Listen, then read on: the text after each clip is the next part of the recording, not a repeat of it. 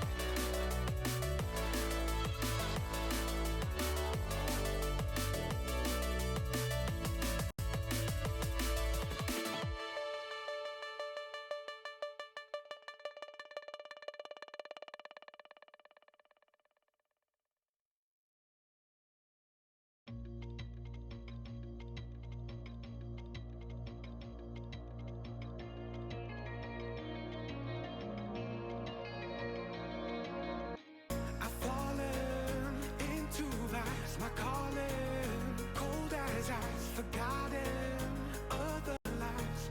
All I care for is you and I. So caught up in these lights, I know that I'm alive. Forgotten other lives. All I care for is you and I. It's you and I that brings my heart into belief. When will you see it's you and I that can't be free? Just another day, show you I don't play. Time I crave to fade, 'cause all I care for is you and I.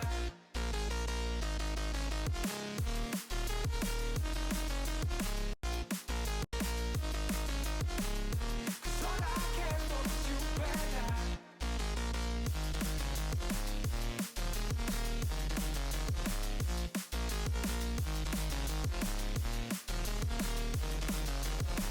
I've fallen into vice, my calling, cold as ice, forgotten other lives. All I care for is you and I. So caught up in these lights, I know that I'm alive. Forgotten other lives, 'cause all I care for is you and I.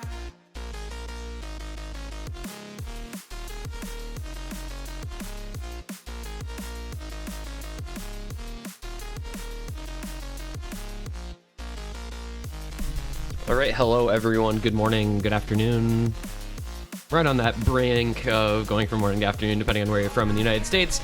Welcome back to USA States Cup 2021, presented by HyperX. I'm this one guy bringing to you some matches today, starting off in the round of 32, Texas versus Minnesota. Our first matchup that's going to get things going this fine Saturday. Day 2 here, playing in round of 32 weekend. Starting off with a new look Texas versus Minnesota, who were not present in the tournament last year. I think the big topic of discussion for this one is going to be a Texas team that has 4 new players this year. Konyo, Abraham are returning from 2020, but Nobili Kakwizi, 999 wins, and Raul, all new players versus their last year roster. Praxia taking a leave, his first ever USC, I believe he is not playing in. No Minwoo, no Pizza Lovers, no Jerome. A lot of new faces for Texas this year, so it's going to be very interesting to see how they perform. Minnesota, of course, team that we have not seen in USC in the past. Players from Minnesota usually do end up going to stateless in recent years. Captained by Swick, joined by Ampy, Sage, Eves, Io Exception, and Lillian. We'll see if they can't put their best foot forward here in their maiden voyage in USC 2021. I'm hoping for a good match here. It's that kind of state where teams that we're a little unfamiliar with and don't, strictly speaking, know how they're going to end up performing a lot of the times. And, the skill cap, I don't know, super duper high necessarily for more than a couple players per team. So I think you're going to have a lot of relatively even matched players, kind of the middle range there for these guys.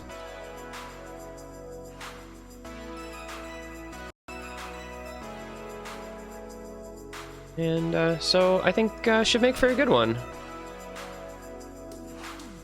Of course, still in this weekend means best of 9 matches, first of 5. And looks like teams are getting into things here. They didn't put anybody in slot 1, so we're gonna have to mess with this.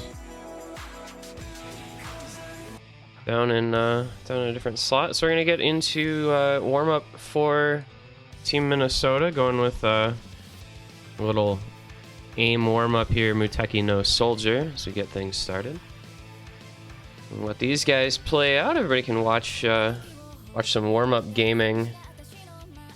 Highlight what's kind of gonna be going on the rest of the way today.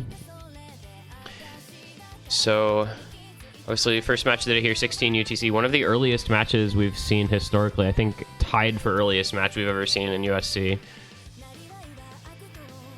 I believe it was a Texas match last year as well, possibly. I want to say it was maybe Texas versus Illinois that was played at 16 UTC, I believe it was, in one of the rounds. This is going to be followed up at 18 UTC by Wisconsin versus Kansas. That is going to be our second of those two play-in matches. After that, we will have the number 1 and number 2 overall seeds matchups finalized. So Florida and Virginia, or actually Virginia and Florida, if you want to go in the right order, will finally know their opponents for their matches. Virginia's will be played this afternoon, evening. Florida's, of course, tomorrow. That'll be followed up after Wisconsin versus Kansas finishes the play-in matches by Nevada versus Pennsylvania. Nevada, a new team as well this year, one of the several new teams in USC that we've got in the bracket, versus USC stalwart Pennsylvania, but another incredibly new roster. I think only one returning player from previous years, so a lot of new blood on that team as well. And then that'll be followed up later on this evening, 22 6 p.m. Eastern, by Virginia versus whoever the lowest seed ends up being from the play-in. So that'll be Louisiana or... It'll be Louisiana or Kansas, because if Wisconsin beats Kansas, it does automatically become Louisiana.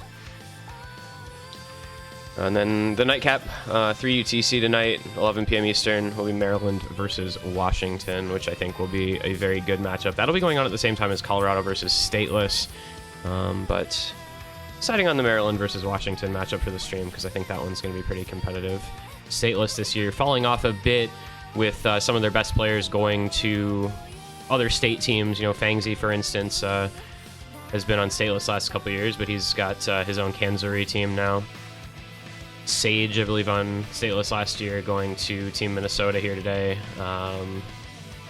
So did take some of the strength out of Stateless by adding all these extra new full state rosters, but just makes for more teams and pretty good environment as well. So we make our way through. Oh, okay. It was a cut version, so the warm-up is over. Thankfully, that wasn't like the 5-minute version of this map, which would have been too long for warm-ups anyway. And it's going to go over to Team Texas for their warm-up here, so get a little more time to kill before we get into kind of the match proper.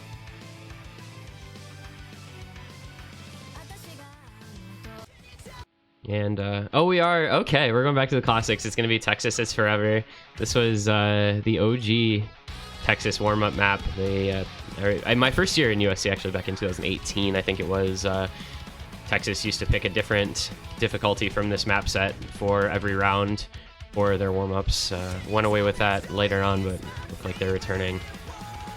So, nice little throwback and, you know, shout out to their own state. That's pretty always pretty fun to see.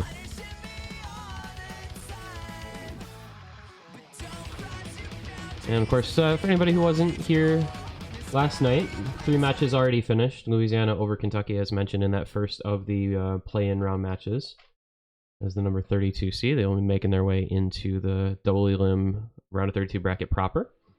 It was followed up by Ohio dismantling Rhode Island 5-0 in a very unsurprising sort of affair, and Arizona over Iowa at the end of the night last night, 5-3. Arizona carried by a very, very strong performance from Pundice. I was very impressed by the way he played in that match.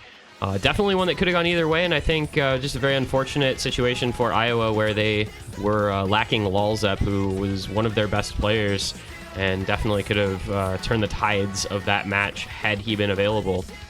But unfortunately, was not able to participate in the match, and that did help out, I think, Arizona a little bit. Gave them a couple of picks that they just ran away with due to, you know, one player difference, where maybe somebody replacing the fill player for Iowa could have made a big difference. So that sent Arizona onward. They'll be facing the winner of Carolina versus Illinois. Ohio awaiting the winner of Colorado versus Stateless. And of course, the winner of this match will get to go on to face most likely New York next week in the round of 16. The winner of New York versus Indiana, but I don't really see a way for Indiana to win that one, unfortunately. Just lacking the firepower of New York with Taquito, as well as Chaos Raids. Very strong two-man roster for these early stages as well as late stages, where Taquito is going to outscale a lot of players in this tournament. So I think that'll be a pretty fun team to watch.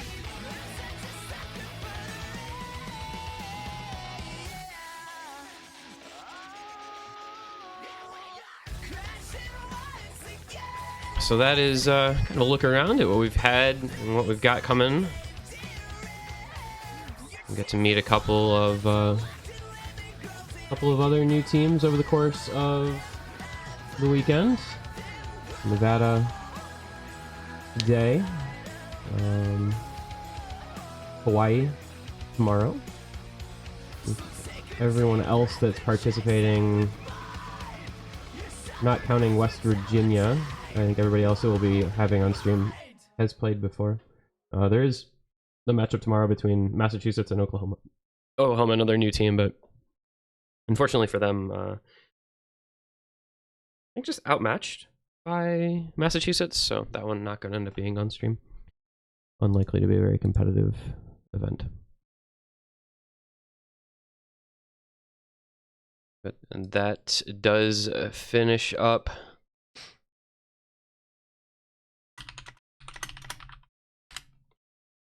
the warm-ups.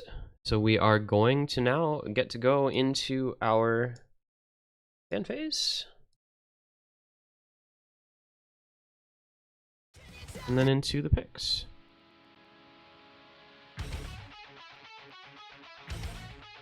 Hopefully we'll get our I forgot to fix this. Whoops. This is Texas is forever not king for a day, but you know, he tried.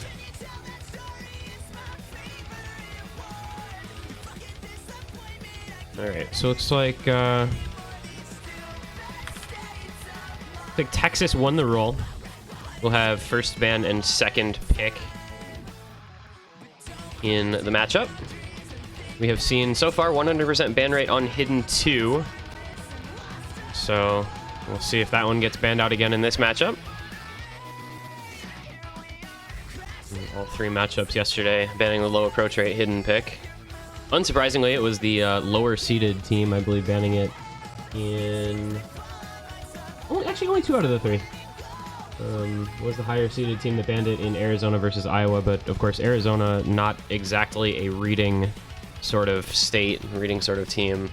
Not a big surprise to see them ban that out, but it's gonna be a little different here. It looks like we're getting our first Nomad 3 ban coming out from Texas. That is Mela, so no alt, no mod allowed in this match. And over to Minnesota it goes. We'll see if this does end up being the Hidden 2 ban, or if they go maybe a different direction.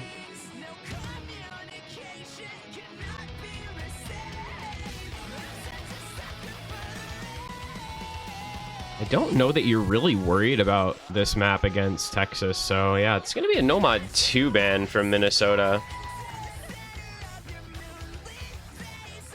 That is 4 Ultra players. The stream Nomad left in the dust. It is gone. It has vanished. It has been snapped by Thanos. We'll go into the first pick from Team Minnesota.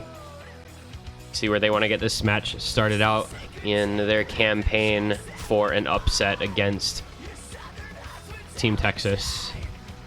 Last year's number 5 finishers this year, dropping down to the number 8 seed, but I think we'll still have a pretty good chance at least maybe a top 8, top 12 finish. I think this year very competitive, so there's a lot of teams that are competing for not a lot of slots. They're at the top of that bracket.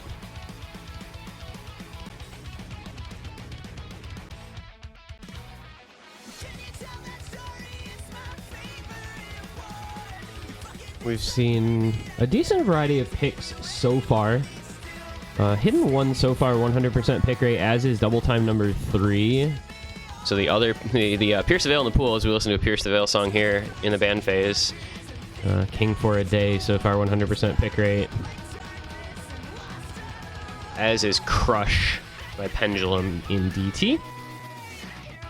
We'll see if those trends continue onward. Also getting a couple of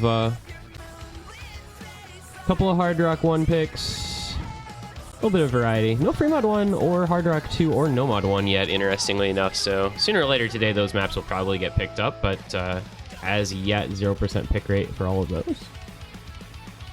And we're going to get started with No Mod 4 from Minnesota. So that's going to be Still in My Heart by Psyche as the first pick here. Which is a little bit interesting to me.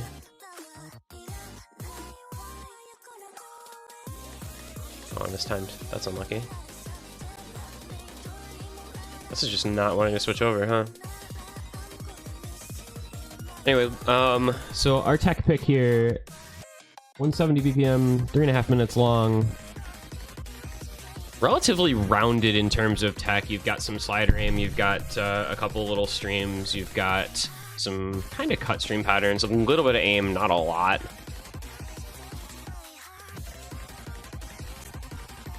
It's a good place, I think, to start off a match. It's not going to be overly mechanically demanding, but it will require of you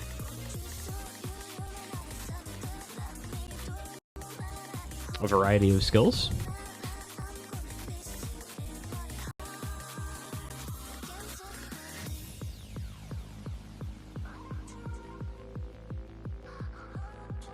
We do have 3 players on both sides, so I think we should be about good to go. We've got Cuckweezy, No Bully, and Abraham R over on Texas. Swick, Ampy, and Sage on the side of Minnesota.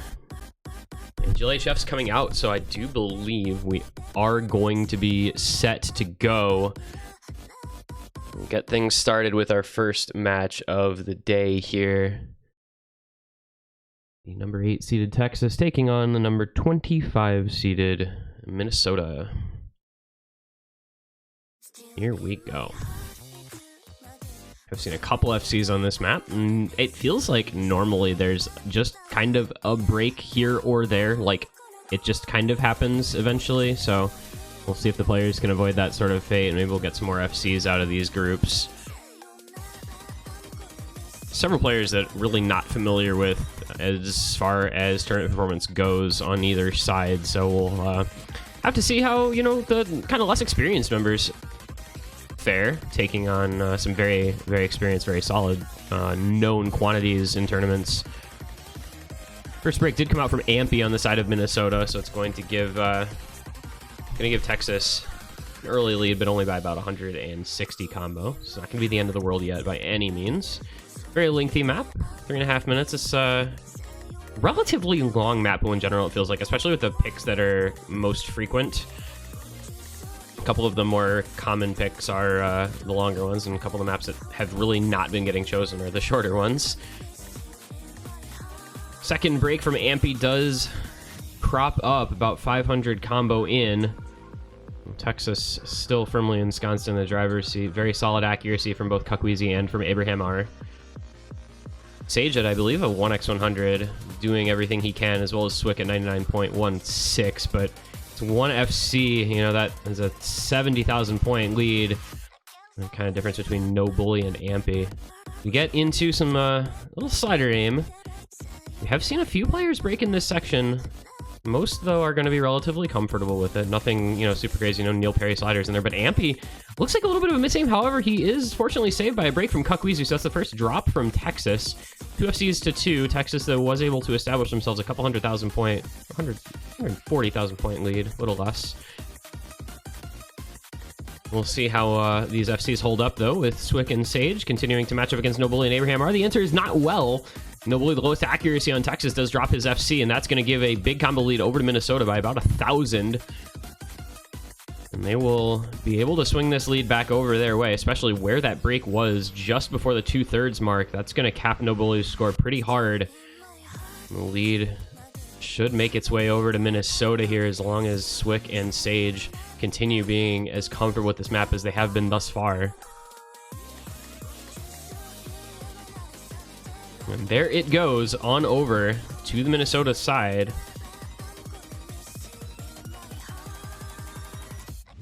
Sage and Swick continue to hold the FCs. Minnesota now taking a commanding lead. It's going to go up over 100,000 here shortly. As long as Sage and Swick hold on just a little bit longer, this point will be there. Sage, however, does find a break. So we have Swick at an FC, Ampy at a 600 combo. Meanwhile, Abraham R at an FC, Cuckweezy at 600 combo. No Bully does find a break. That would have given the opportunity back to Texas. Oh, but there goes Swick's FC. That's going to be very damaging because I believe there is maybe just enough time. It's 38,000 points, all that separates the teams. And Abraham R still on an FC will have the opportunity to build up some score here in the ending to bring this gap down. I believe there is just enough combo that Texas might be able to grab this one. It's going to be very tight because the ending, it has so few notes in it, though. This might not be enough time left. It's going to be desperately close, and it goes over by 2,000 points on the last couple of combo. Texas just steals it away. 2,100 points. They can thank Abraham R for his 99.32% AC FC, that 989K, making it possible for them to take the point. That was tragic for Minnesota. Just, you know, it was a coin flip, really, whether that was going to be enough combo left or not, and the answer ended up being yes for Texas and the no for Minnesota. And Texas opens things up with a break point for a 1-0 lead.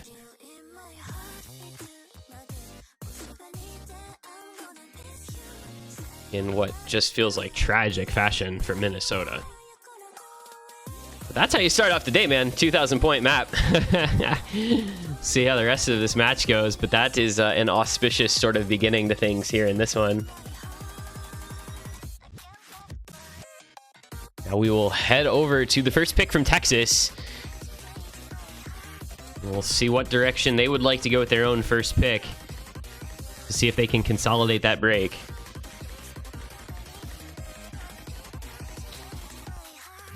What kind of map will it be? It's going to be DT number 1 will be the direction they go. And that is going to be Nostalgia as the first pick. The consistency DT map here.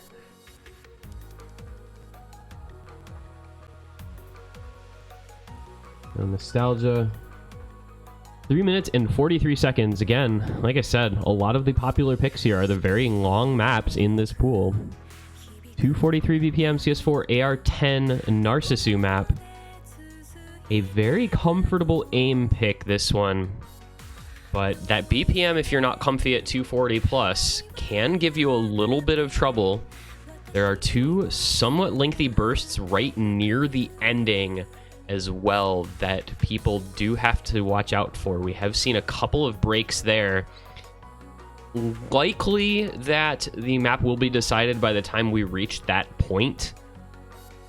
But if not, hitting or missing those couple of sections can end up swinging the tides one way or the other very close to the end of the pick. So stay alert, stay concentrated, and keep that left hand nice and loose because you're going to need it by the very end. I think a pretty good option here for Texas going into something that is going to be a little higher BPM demand. A lot of the times you see in these high seed versus low seed matchups, the maps that are kind of at the one of two places, either at the outer edge of comfort for a given skill set, or things that are more niche versus things that are more mechanics based. And this kind of falls into that former category thing. This and DT3 is I think a stronger example of it, being at 260 BPM. But those kinds of maps, top teams tend to be a little bit deeper, and they are more likely to have a full roster for than a lower seeded team. We're going to get underway with this one. It's going to be Cuckweezy, Raul, Abraham taking on Swick, Ampy, and Sage. Texas looking for the early consolidated break point. It would be a 2-0 lead if they can get it. This one is, as mentioned, going to be quite lengthy. It's going to have the players concentrating for quite some time. The aim, as I said, as well, very comfortable. Nothing going to be overly difficult. You know, the kind of thing you see for a DT one relative to like a Nomad or Hard Rock one is smaller jumps, because they're going to be, you know, kind of insane difficulty maps. You're not seeing extra or top diff maps where those jumps are just vast. You are typically going to see smaller aim requirements, with the difficulty being added in by the somewhat higher BPM and slightly higher approach rate. Everybody looking very comfortable so far on this one. No breaks in the first 400 combo. As to be expected, I think there are some pretty reasonably solid DT players among these rosters. And this is a map that you really shouldn't be breaking on most places. I mean, most misses on a map like this tend to feel more like shit misses than anything else, because the aim requirement is so relatively low, which is why I brought up those later burst streams toward the end, because that's the aspect of this map that is a little more binary, where you can either play it or you can't.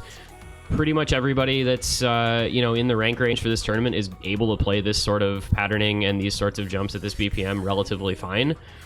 And that's being exemplified by the fact that nobody has missed yet. Really, the only difference so far is just Ampy down at 96% accuracy, giving Texas about a 40,000 point lead.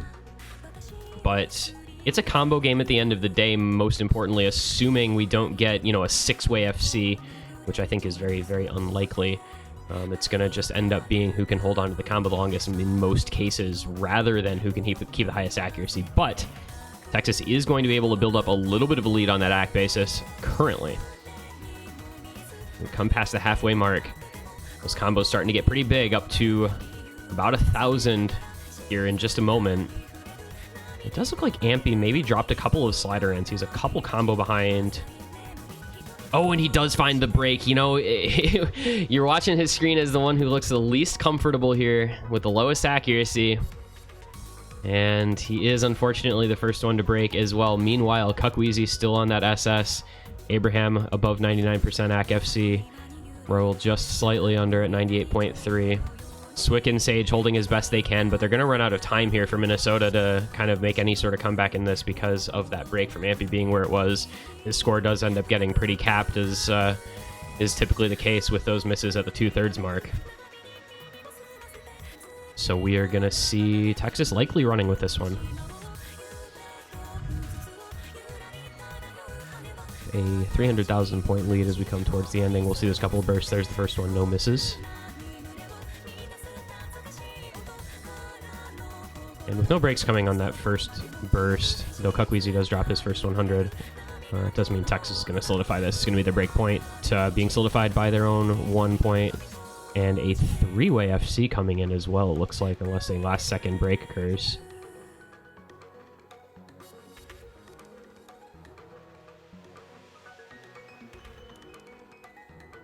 Will they close it out?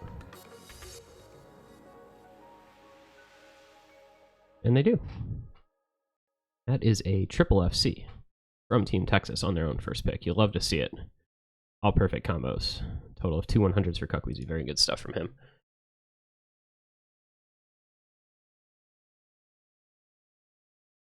And that is 2-0. Not really much you can do about that if you're Minnesota. It's hard to contest a 3-way FC. That's our first 3-way FC of the tournament, in fact. I've not had one as of yet from any of the first 3 matches. So, good stuff from Texas. Very comfortable on their first pick. This is arguably one of the easier maps in the pool, but never something to overlook, the difficulty of a 3-way. And that's going to put Minnesota in a spot of bother, with a 2-0 deficit.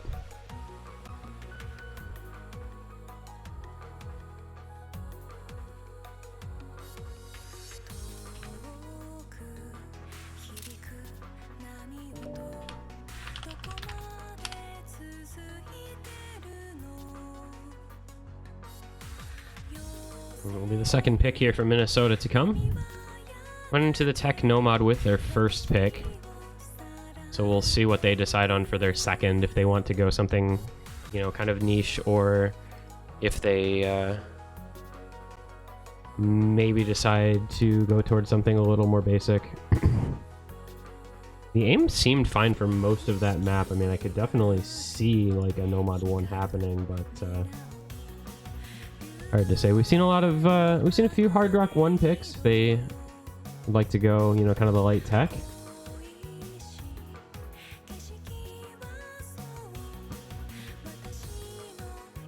Well, they did go tech Nomad first pick, but instead it's gonna be free mod 1. This is gonna be our first free mod 1 pick. It has to be this way. Platinum mix. It's the insane difficulty. 5.61 stars, Nomad 6 stars, Hard Rock 2 minutes and 43 seconds. 205 BPM CS4 AR9. This will be the first time we'll get to see this one. And that's always fun. I like seeing maps the first time. Get everything in this pool picked. The highest BPM of the free mod pool. About 15 BPM higher than free mod 2. Generally speaking, this pool is somewhat on the higher BPM side on average. 200 BPM Nomad 2, 220 BPM Nomad 5, 226 BPM Hidden 1. All three double times at 225 or above. And then this free mod at 205.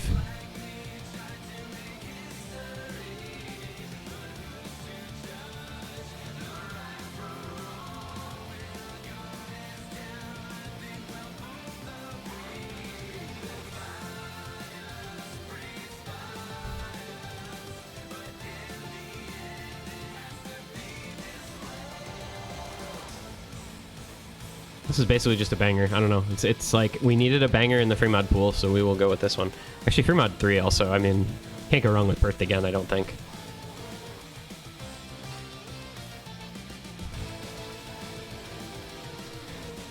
I believe the players are in, possibly just finishing up their mods. It looks like Minnesota might be making a late substitution here.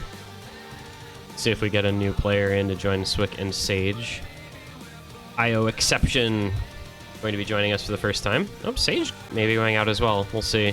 Be surprised to see Sage like out for any maps because I believe he is probably the highest skill cap player on their team. But it looks like it's going to be Ampy coming in for this one for Minnesota. Cuckweezy wins and No Bully over on the Texas side. This will be No Bully rejoining us. If they're going out for the DT, coming back in for the free mod.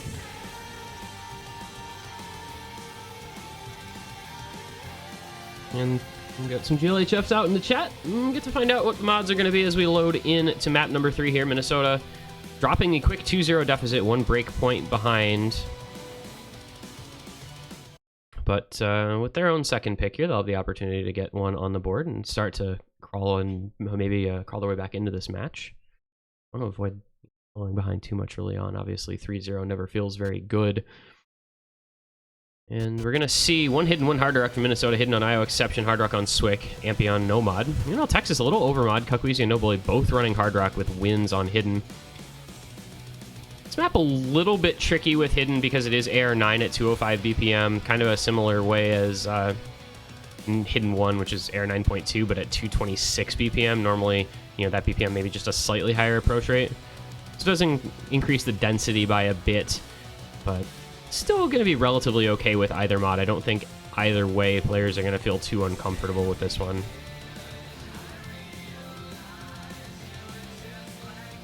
A lot of pressure, I think, here on Minnesota as they find an early break from IO Exception. You know, on the lower seeded team, already down a break point. Really want to try to kind of get in the swing of things here. I don't know. This is a difficult way to do it, but No Bully is going to find a break for Texas, so 2 FCs to 2. Swick still on very solid hard rock accuracy, but Cuckweezy and Wins both on very, very good accuracy as well for Texas. Mod advantage going to help them out a little bit here as well. It's 2 modded FCs for Texas versus a mod and a no mod FC for Minnesota. And No Bully with the mod advantage over IO Exception as well, helping out that score a bit. Halfway through, about 100k lead for Texas, as the lower accuracy from IO Exception not helping things out as much. No bully, 1% up despite Hard Rock. Minnesota just kind of on a hope and a prayer here, and that's not going to answer those prayers at all. IO Exception finds a miss on the little stream. Texas in a commanding spot now, up by about 300 combo, and the double FC still matching. IO Exception having a little bit of trouble here on his first map of the match. Texas with a 200k lead should be in a pretty good spot as we come down to the last moments of the pick. We take a full reset, and Minnesota FCing on both players to have a shot, and IO Exception continuing to break is not the answer to that in any way, shape, or form. Wins does find a late break, but it is proverbially too little, too late. And Texas will take a second break point by just shy of 300,000 points for a 3-0 lead. Minnesota in a very rough spot now, despite the double FC from Swick and Ampy. A 3-way S rank from Texas, and very, very good accuracy from them as well. All players at 99.5 or above, despite double Hard Rock. Pretty straightforward rhythmically, but still, you know, the 97% AC for 48k from IO Exception is just unfortunately not it. And Texas in a commanding position now, 3-0. Tough deficit to look for a comeback from if you're Minnesota. You know, you got to be thinking, how much more can we even do? We double FC'd. That was too soon. Thank you, music. Okay. How much more can we do? We double FC'd our pick, and we still lost it. Like, that is just an unfortunate way to go. But shows the strength of Texas, even with some new players. You know, it is an early round. The pool will not scale in difficulty all that much as of yet. But, you know, triple FC, double FC, showing that they have a solid amount of consistency on their side. And they will have their own second pick to try to take a 4-0 lead, which would give them 4 match points in a row. Do we maybe see a double time 3?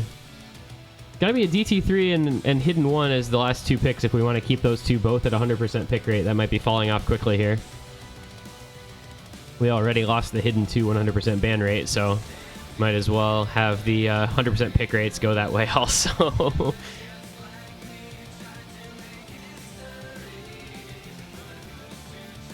But we'll find out shortly. Texas looked very good on DT1. It would not surprise me to see them go DT3. They want to go the crush angle.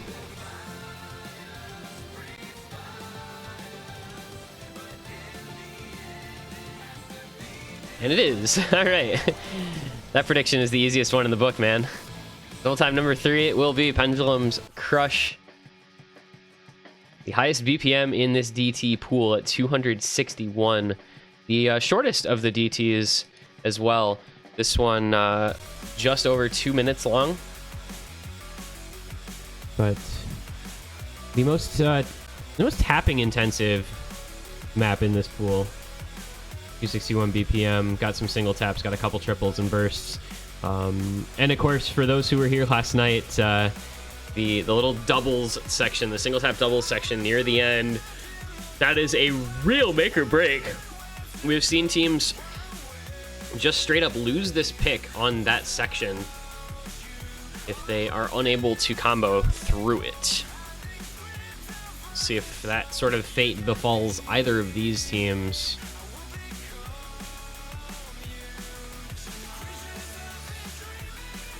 Or if they can hit it, because that's always the better option than missing, you know? Why miss notes when you can just hit notes instead? Forehead. So we'll see Cuckweezy Abraham and Raul for Texas, Swick, Eves, and Ampy for Minnesota. Interestingly, no Sage, once again, on the Minnesota side. But we do see Eves coming in. I believe the first time for him in this matchup. So here we go. And Eves coming in and immediately finding an early break.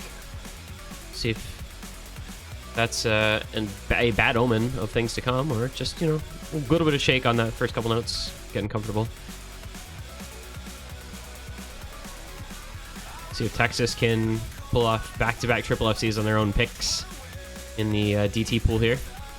Definitely going to be the favored team on pretty much any map in this pool, and this is obviously no exception, as Eve's having a lot of trouble in the early goings. Ampy and Swick are holding on to the double FC, matching 2 of the 3 FCs from Texas, but that third FC, I guess we'll just say Raul since he's the lowest accuracy, putting Minnesota in a difficult spot. But there is a break from Raul, so that will bring it back, and his accuracy dropping as well, 96.93%. Lowest accuracy in the lobby. Gives Minnesota a little bit of an opening. They want to try and make a comeback in this pick.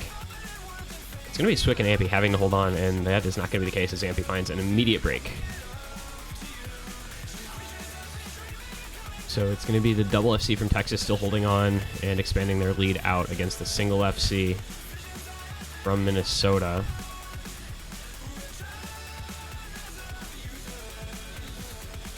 And another break from Eves, so Texas with a just shy of 300,000 point lead. Just looking to run away with it here into the ending. They're going to come into that one tricky single tap section, but at this point in the map, I don't know if it's going to matter, because if Texas misses it, Minnesota's probably missing it as well. Here we are. And everybody hits except for Eves.